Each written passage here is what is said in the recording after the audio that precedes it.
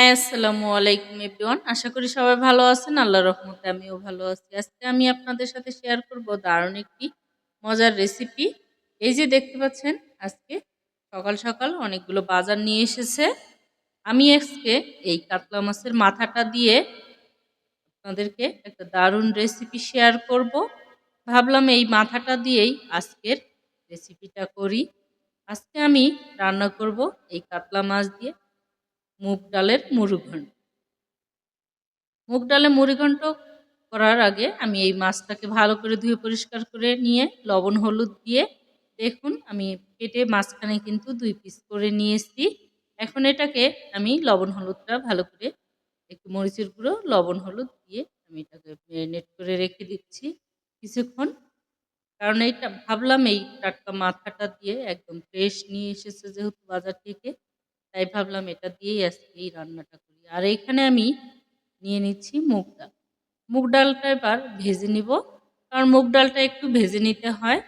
যদি আমি সরাসরি দিতাম তাহলে কিন্তু একটু খেতে গন্ধ লাগতো, তাই একটু ভেজে নেওয়ার চেষ্টা করবেন আপনারাও, কারণ ডালটা ভেজে নিলেই ভালো লাগে। আর এই যে দেখুন কালার পরিবর্তন হয়ে আসছে, তার মানে আমার ভাজা হয়ে গেছে। এটাকে আমি ভালো করে ধুয়ে আবারও পানি দিয়ে সিদ্ধ হতে দিয়েছি। এবার দিয়ে দিচ্ছি লবণ। লবণ দিয়ে এটাকে আমি সিদ্ধ করতে দিয়ে দিব। আর একটু পরে এই যে সাদা ফেনা উঠে গিয়েছে, এটাকে আমি ফেলে দিই। অনেকেই আছে এটা সহই রান্না করে, কিন্তু আমি এটা সবসময় ফেলে দেই, কারণ আমার কাছে এটা ভালো লাগে না, তাই আমি ফেলে দিয়ে একদম ফ্রেশ করে নিয়েছি দেখুন।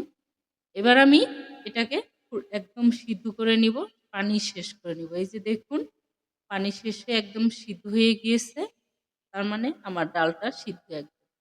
আমি এখন আরেকটা প্যানে দিয়ে দিলাম সরিষার তেল। আজকের রান্নাটা আমি সরিষার তেল দিয়েই করব, কারণ সরিষার তেল দিয়ে এই রান্নাটা খুবই মজা হয়, আর সরিষার তেল স্বাস্থ্যের জন্য খুবই উপকার। তাই আমি ভাবছি তো এখন থেকে সরিষার তেলেরই রান্না খাবো। আর সানফ্লাওয়ারের খাই আমি, কারণ সয়াবিন তেলটা শরীরের জন্য খুবই ক্ষতিকর। এই জন্য আমি সয়াবিন তেলটা অ্যাভয়েড করার চেষ্টা করি। তাই এই যে আমি ওই তেলে পেঁয়াজের বেরেস্তা করে নিলাম। এখন আমি পেঁয়াজের বেরেস্তাটা তুলে নিচ্ছি, কারণ সম্পূর্ণ পেঁয়াজটাই ভাজা হয়ে গিয়েছে। আমি কিন্তু এই পেঁয়াজের বেরেস্তাটা লাস্টে ব্যবহার করব, তাই আমি আগে একটু পেঁয়াজের বেরেস্তা করে নিলাম। আপনারাও এই পেঁয়াজের বেরেস্তা দেওয়ার চেষ্টা করবেন, দেখবেন আপনার রান্না খুবই টেস্টি হবে এবং অসাধারণ। যে কখনো খায়নি সেও কিন্তু খেয়ে আপনার রান্নার প্রশংসা করবে। এবার আমি ওই তেলেই দিয়ে দিলাম সেই ম্যারিনেট করে রাখা মাছের মাথাটা, কাতলা মাছের মাথাটা। এবার ও পিঠ ভাজা হয়ে গিয়েছে, এবার এই পিঠটাও আমি উল্টিয়ে নিচ্ছি। আমি এবার ভালো করে এটাকে মচমচে করে ভেজে নেব, যাতে মাছের গন্ধটা না থাকে। আবার আপনারা চাইলে সরাসরি মশলা দিয়ে কষিয়েও রান্না করতে পারেন, আবার এভাবে ভেজেও করতে পারেন। আমি এইখানে একটু ভেজে নিলাম, কারণ আমার কাছে ভেজে রান্না করলেই বেশি ভালো লাগে, তাই আমি একটু মাছটা ভেজে নিলাম। আর আপনারা চাইলে একদম মশলায় কষিয়ে রান্না করতে পারেন। এই যে দেখুন আমার মাছটা ভাজা হয়ে গিয়েছে। এখন আমি এই তেলেই দিয়ে দিচ্ছি আর একটু পেঁয়াজ কুচি। পেঁয়াজটা এবার আমি একটু ভেজে নেব, কারণ এই পেঁয়াজ দিয়েই আমি এই ডালটা কিন্তু রান্না করব। দেখুন পেঁয়াজের কালার পরিবর্তন হয়ে আসছে। এখন আমি এতে একে একে সব ধরনের মশলা ব্যবহার করব। দিয়ে দিলাম 2 টুকরো দারচিনি, 3 টুকরো, 2টো তেজপাতা, 3টা লবঙ্গ আর 3টা এলাচ। আমি একটু থেতো করে দিয়েছি এলাচটা, যাতে বিচিটা ভেঙে যেয়ে ফ্লেভারটা বেরিয়ে আসে, এই জন্য একটু থেতো করে দিয়েছি এলাচটা। এখন দিয়ে দিচ্ছি 2টো টমেটো, ছোট ছোট করে টুকরো করে কেটে নিয়েছি, ভালো করে ধুয়ে পরিষ্কার করে বিচিটা আমি ফেলে দিয়েছি। আর দিয়ে দিলাম জিরা বাটা। এখন দিয়ে দিচ্ছি আদা রসুন বাটা। আপনারা চাইলে এখানে আদা কুচিও দিতে পারেন, বা আদা রসুনটাও কুচিয়ে দিতে পারেন। আমি এইখানে আদা রসুন বাটা ব্যবহার করলাম। আর দিয়ে দিলাম লবণ আর সামান্য পরিমাণ মরিচের গুঁড়ো। এইখানে আমি বেশি মরিচ দিব না, কারণ কাঁচা মরিচ আমি ব্যবহার করেছি। এই জন্য সামান্য পরিমাণ মরিচের গুঁড়ো দিলাম, যাতে টেস্টের জন্য। পরবর্তীতে আরও আমি কাঁচামরিচ শেষে 2-4টা ডেকোরেশনের আগ দিয়ে দিয়ে দিব। আর একটু ভালো করে কষিয়ে দেখুন, এখন কিন্তু আমি একটু পানি দিয়ে দিয়েছি, যাতে আদা রসুনের কাঁচা ফ্লেভারটা না থাকে। এই জন্য আমি আগেই ভালো করে ভেজে নিয়েছিলাম। এখন অল্প পরিমাণে পানি দিয়ে ঢাকনা দিয়ে ঢেকে ফুটতে দেব। কারণ এই পানিটা ফুটে উঠলে আমি এখানে কিন্তু এখন দিয়ে দিব সেই মাছের মাথাটা। এই যে দেখুন মশলাটা একদম কষিয়ে আর টমেটোটাও সিদ্ধ হয়ে গিয়েছে। এখন মাছের মাথাটা দিয়ে দিচ্ছি। মাছের মাথাটা দিয়ে এখানে কিন্তু আমি আরেকটু রান্না করে নিব, যাতে মাছের মাথাটা একদম নরম হয়ে একদম গলে যায়, তা ভাঙতে সুবিধা হয়। আমি এমনিতে ভেজে মচমচা করে নিয়েছি, একটু চাপ দিলে ভেঙে যেত।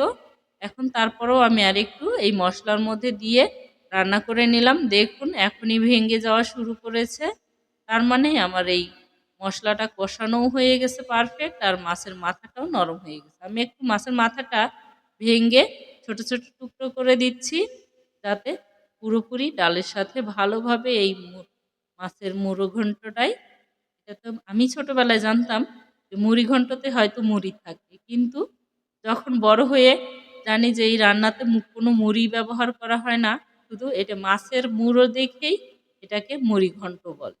আর আমার মশলাটা কষানো শেষ, তেল ছেড়ে দিয়েছে। এই পর্যায়ে আমি দিয়ে দিলাম সেই সিদ্ধ করে রাখা মুগ ডাল।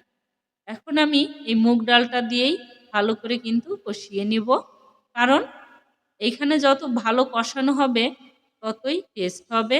কারণ মশলার যদি প্রপারলি ব্যবহার না জানা যায়, তার রান্না কিন্তু বেশি টেস্ট হয় না। এই জন্য আপনারাও চেষ্টা করবেন একটু এইভাবে কষিয়ে ঢাকনা দিয়ে আর একটু সিদ্ধ হতে দিবেন, আর মশলাটা যেন পুরোপুরি ডালের সাথে মিশে গিয়েছে এখন, আর সুন্দর একটা ফ্লেভার বের হয়েছে। এখন আমি এই পর্যায়ে কিন্তু দিয়ে দিব পানি। এই যে দেখুন আমার কষানো শেষ।